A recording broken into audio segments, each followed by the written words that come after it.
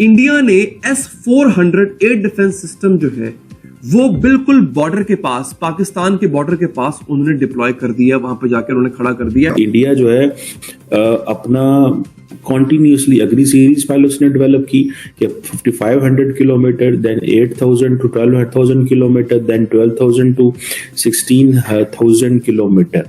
ये कोई मजाक नहीं है। इंडिया के जो डिजाइन हैं वो अमेरिका तक है। इंडिया, अमेरिका, लैटिन अमेरिका हर जगह पहुंचना चाहता है। मुल्क ऐसी सतह पे आ पहुंचा है कि इंडिया का डिफेंस बजट आपके पूरे बजट के बराबर हो गया है और वो आपको ब्लैकमेल करने की पोजीशन में आ गए।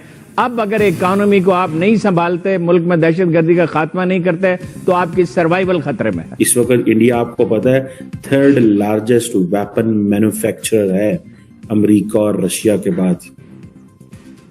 3rd largest weapon manufacturer Russia और अमेरिका और रशिया के बाद इंडिया में कहां पे भी इंडिया मौजूद हो तो वो वापस अगर हमला करना चाहे अपने दुश्मन पे तो कर सके। ये चीजें चाइना को डराएंगी। पाकिस्तान की तिजारत क्यों नहीं हो सकती इंडिया के साथ? मेरे ख्याल में हो सकती है, होती रही भी। नॉनसेंस। चाइना हमेशा आपको ये तंबीह करता रहा है, मशवरा दे। पॉजिटिव चीज ये है कि पाकिस्तान की तरफ से अब ये सोचा जा रहा है कि ट्रेड की जाए, यानी पाकिस्तान, इसका मतलब है अब पैसा मांगते मांगते थक चुका है और चाहे वो IMF हो, चाहे वो दूसरे बैंक्स हो या समझिए दूसरी कंट्रीज हो, उन सब से मांगते मांगते यकीनन पाकिस्तान थक गया है। अब पोजीशन तो ये रही है कि क्योंकि पाकिस्तान ने तिजारती ताल्लुकात सस्पेंड किए थे तो पाकिस्तान को ही फैसला करना है। अगर पाकिस्तान फैसला करेगा तो we will be ready. Pakistan का कोई अदाकार हो, फनकार हो या एंकर हो, जब तक हिंदुस्तान में मशहूर नहीं होता, पाकिस्तान में लोग उसे तस्लीम नहीं करते। अल्लाह का करम है, हिंदुस्तान के अंदर इस वक्त में मेरे ख्याल से फिजा के बाद मैं मशहूर हूं। हम लाते हैं टॉक शोज और अनलिमिटेड एंटरटेनमेंट सिर्फ YouTube पर। अगर आपने अभी तक हमारा चैनल सब्सक्राइब नहीं किया तो अभी सब्सक्राइब करें और बेल आइकॉन को क्लिक करके हमारी लेटेस्ट वीडियोस के बारे में अपडेट जानें। पाकिस्तान शुरू से एक ही बात करता है कि भाई हम कन्वेंशनल इंडिया से नहीं लड़ सकते, हम न्यूक्लियर वेपन चला देंगे। हम स्ट्रेटेजिक वेपन से टैक्टिकल वेपन्स पे आ गए हैं। तो उसका मकसद ये होता है बात करने का कि दुनिया को बता सकें और इंडिया को बता सकें कि हमने चला देना है। This is the time for India to actually go and help Bangladesh in any way possible. Go all out, पूरा अंदर जाके हेल्प करो। जो आप कर सकते हो, आपके पास पैसा है, आप पैसा खर्च करिए। इस वक्त इंडिया, आपको पता है, 3rd लार्जेस्ट वेपन मैन्युफैक्चरर है अमेरिका और रशिया के बाद। 3rd largest weapon manufacturer Russia और अमेरिका और रशिया के बाद इन दैट उस लाइन के अंदर। ठीक है जी।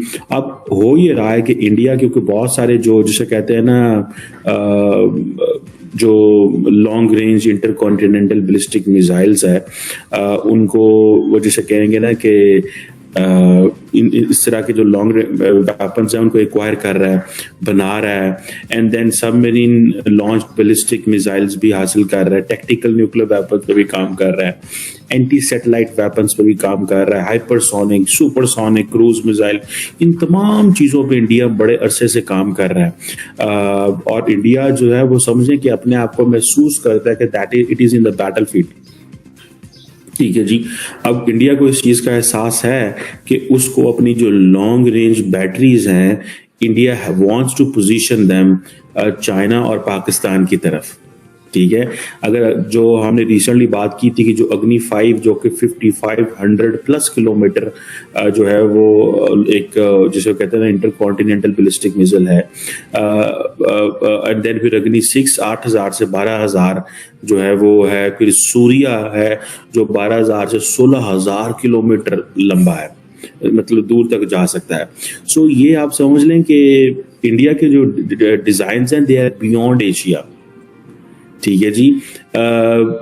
और ये जो इंडिया के खास तौर पे कहा जाता है कि ये जो अग्नि सीरीज मिसाइल है पाकिस्तान के ऊपर, पाकिस्तान के अंदर मैं बार बार कह रहा हूँ, इसके ऊपर काफी रिसर्च हो रही है, अंडरस्टैंड किया जा रहा है। मैं रिसेंटली एक रिपोर्ट भी देख रहा था, फिर एक हमारी प्रोफेसर साहब हैं डॉक्टर रिजवाना अब्बासी, उनको भी मैं पढ़ रहा था, डॉक्टर जफर जसपाल हैं, डॉक्टर आदिल हैं, आप इन तमाम लोगों को डिफरेंट जो कि खासतौर पे जो स्ट्रेटेजिक इश्यूज के ऊपर लिखते रहते हैं पाकिस्तान के हवाले से, ये सारे प्रोफेसर हैं, ये जो and they keep watching India की जो मिलिट्री हार्डवेयर है।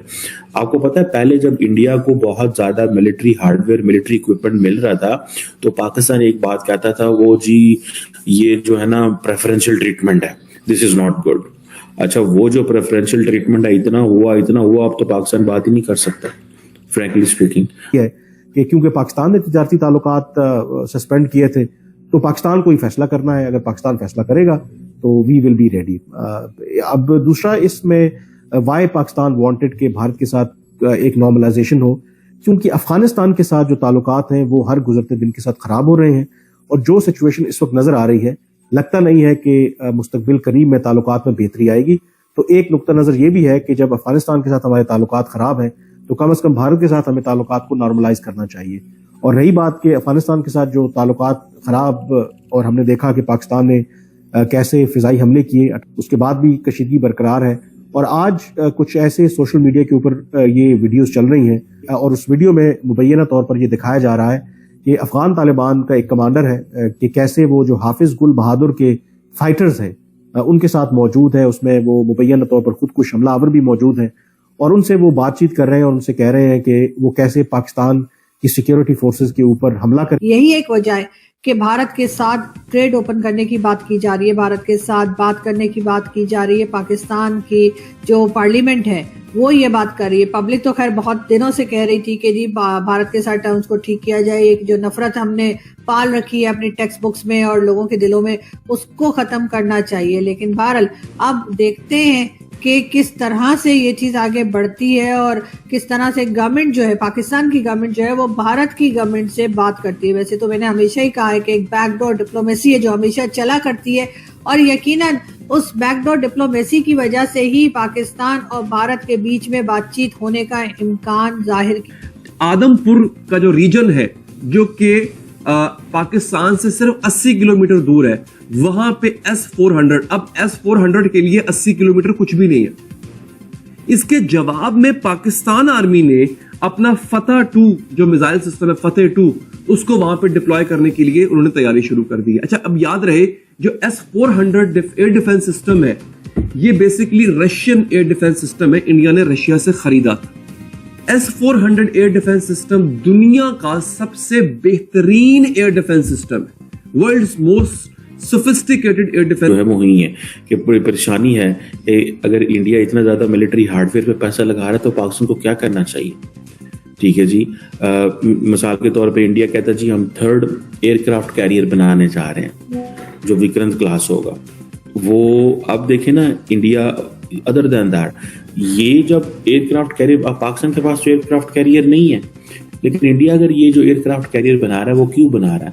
वो कह रहा है भाईजान हमारा ध्यान तो सारे का सारा जो वो इंडियन ओशन में है, हमने तो अपनी सप्लाई चेन को प्रोटेक्ट करना है, हमें तो रेड सी में खतरात हैं, हम 1,1400 मिलियन का मुल्क है, हमारी आबादी बहुत बड़ी है, हमें अपनी एनर्जी को प्रिक्योर करना है, उसको सिक्योर करना है, हमें अपनी एक्सपोर्ट को सिक्योर करना है, इंपोर्ट को सिक्योर करना है। वो तो मतलब इस लेवल पे सोच रहे हैं ना, मतलब इंडिया जो है ना वो सोच रहा है बियॉन्ड इट्स बॉर्डर। ये बहुत इंपॉर्टेंट चीज है। When you think beyond your border, आप ये नहीं समझते कि आप एक है मेरा घर, मैं अपने घर को अंदर बैठ के सिक्योर करूंगा। इंडिया कहता नहीं, हम अपने घर को इधर से बाहर से बैठ के सिक्योर करेंगे। तो आपको ये वीडियो कैसा लगा कमेंट बॉक्स में जरूर लिखिए। इस वीडियो को लाइक कीजिए, शेयर कीजिए, सब्सक्राइब करना ना भूलिए आपके चैनल EFC.Z को। तो मिलते हैं अगली वीडियो में। जय हिंद।